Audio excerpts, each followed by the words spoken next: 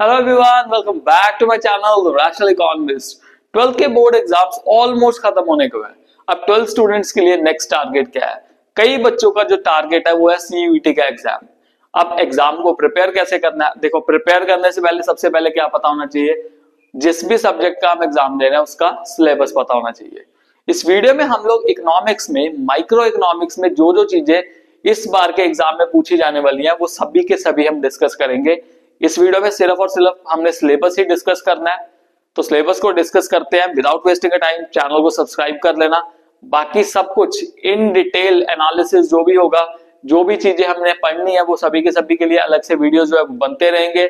उसके साथ साथ एमसीक्यूज भी मैं आपको प्रोवाइड करूंगा ताकि आपको आइडिया हो जाए कि किस तरह से जो क्वेश्चंस है वो पूछे जाते हैं सीयूईटी के एग्जाम में। विदाउट वेस्टिंग टाइम वीडियो शुरू करते हैं। चैनल को जरूर सब्सक्राइब कर लेना। Let's start with our video.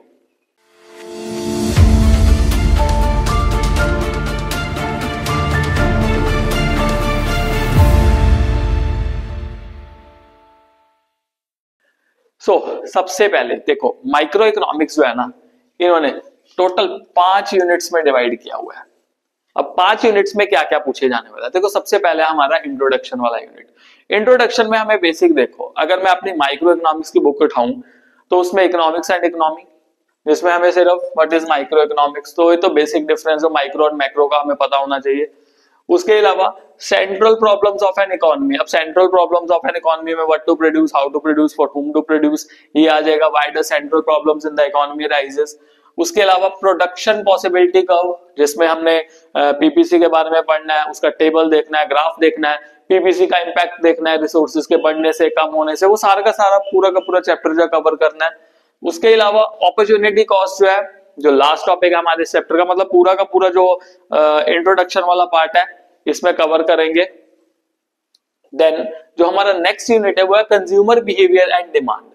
अब इसमें कंज्यूमर के पर्सपेक्टिव से कंज्यूमर ने इक्विलिब्रियम कब रीच करना है, मतलब उसको मैक्सिमम सेटिस्फेक्शन कब मिलना चाहिए, डिमांड के पर्सपेक्टिव को देखना, तो वो सारी की सारी चीजें इस यूनिट में हम लोग कवर करेंगे। तो इसमें हम कवर करेंगे कंज्यूमर इक्विलिब्रियम, जिसमें meaning and attainment of consumer equilibrium through utility approach. अब यूटिलिटी अप्रोच में भी कौन से केसेस करने हैं? Single commodity and two commodity cases. मतलब ज्यादा कुछ हमने वो नहीं देखना, जैसे law of diminishing marginal utility हो गया, उसके बारे में बेसिक तो देखना पड़ेगा, क्योंकि at the end of the day इन लॉज में भी तो उसका जो यूज है वो देखने को मिलता ही मिलता है। But in depth and analysis उस चीज का हमने नहीं करना, बिकॉज सिलेबस में जो चीज मेंशन है we will be covering all those things. फिर डिमांड में market demand, determinants of demand, demand schedule, demand curve, movement along demand and shift in demand curve, पूरा का पूरा डिमांड का चैप्टर जो है वो theoretical portion, theory of demand जो है प्रोवाइड किया हुआ है। साथ ही साथ प्राइस इलास्टिसिटी ऑफ डिमांड। अब इसमें जो है percentage method, total expenditure method, yes this is the new one. Geometric method भी कह दिया कि ज्योमेट्रिक मेथड के थ्रू भी आपने क्या करना है, प्राइस इलास्टिसिटी ऑफ डिमांड को फाइंड आउट करना है। सीबीएसई स्टूडेंट्स ने डेफिनेटली परसेंटेज मेथड और टोटल एक्सपेंडिचर मेथड पढ़ा होगा, पर ज्योमेट्रिक मेथड उनके लिए न्यू है। डोंट वरी अबाउट इट, जब भी वीडियो आएगा तो साथ के साथ उसमें डिस्कस हम कर लेंगे। तीसरा जो हमारा यूनिट है वो है प्रोड्यूसर बिहेवियर। वही बात है ना, इंट्रोडक्शन किया, कंज्यूमर के बारे में जाना, उसकी यूटिलिटी कब आएगी, उसको मैक्सिमम सेटिस्फेक्शन कब मिलेगा, एंड देन फिर बात करेंगे हम प्रोड्यूसर के। प्रोड्यूसर के केस में हमने क्या पढ़ना है? प्रोडक्शन फंक्शन पढ़ना है। अब इसमें रिटर्न टू फैक्टर मतलब शॉर्ट रन, और रिटर्न टू स्केल मतलब लॉन्ग रन।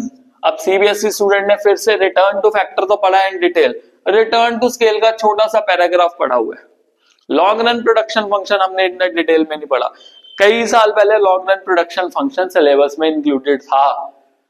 अगर मैं बात करूं आज से 8 साल पहले की, तो 8-9 साल पहले के अराउंड जो था रिटर्न टू स्केल भी सिलेबस में हुआ करता था। उसका पूरा का पूरा डिटेल एनालिसिस दिया होता था बुक्स में, सीबीएसई में जो बुक्स दी जाती थी।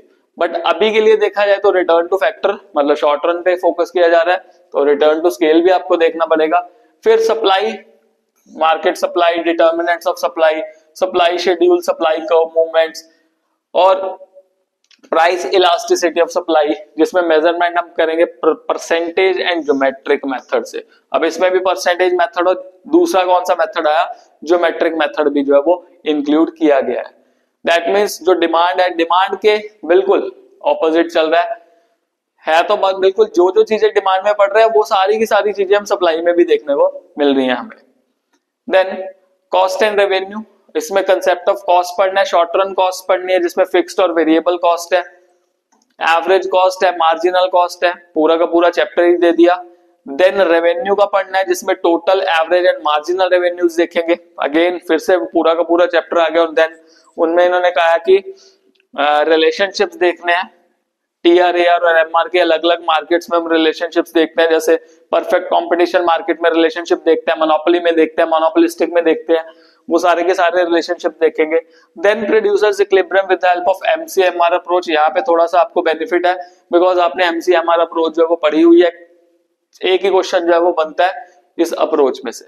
अगली यूनिट में क्या पूछा जाएगा, फॉर्म्स ऑफ मार्केट। ना फॉर्म्स ऑफ मार्केट में आपको बेनिफिट क्या है, आपको सिर्फ और सिर्फ परफेक्ट कंपटीशन पूछा जा रहा है, ना आपको पूछी जा रही है मोनोपोली, ना आपको पूछा जा रहा है मोनोपोलिस्टिक, ना ही आपको पूछा जा रहा है ओलिगोपोली।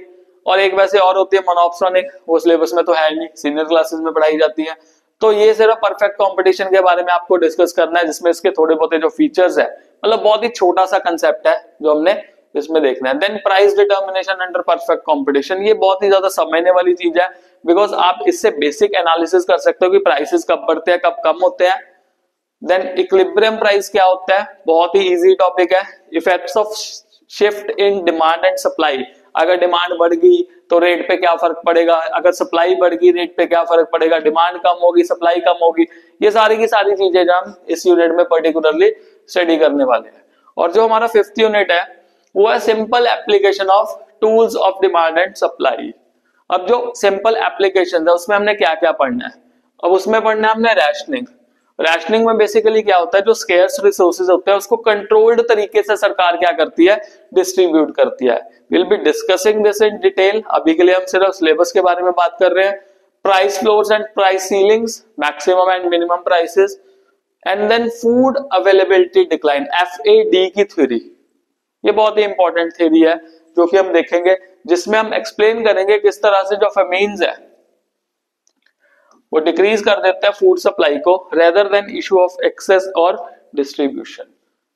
तो जो नेचुरल कंस्ट्रेंट है उनके वजह से अगर मान लो फूड सप्लाई में जो है वो डिक्लाइन हो जाए तो उसको लेके फूड अवेलेबिलिटी डिक्लाइन थ्योरी जो है वो स्टडी की जाती है। फाइन, सो यही था हमारा आज का वीडियो जिसमें हमने क्या पढ़ा, सिलेबस के बारे में पढ़ा। और नेक्स्ट ऑफ वीडियोस में हम लोग पूरे के पूरे जो चैप्टर्स है, पूरे के पूरे कंसेप्ट्स है, उनको डिटेल में स्टडी करेंगे। सो प्लीज चैनल को सब्सक्राइब जरूर करना। Thank you very much and stay blessed all.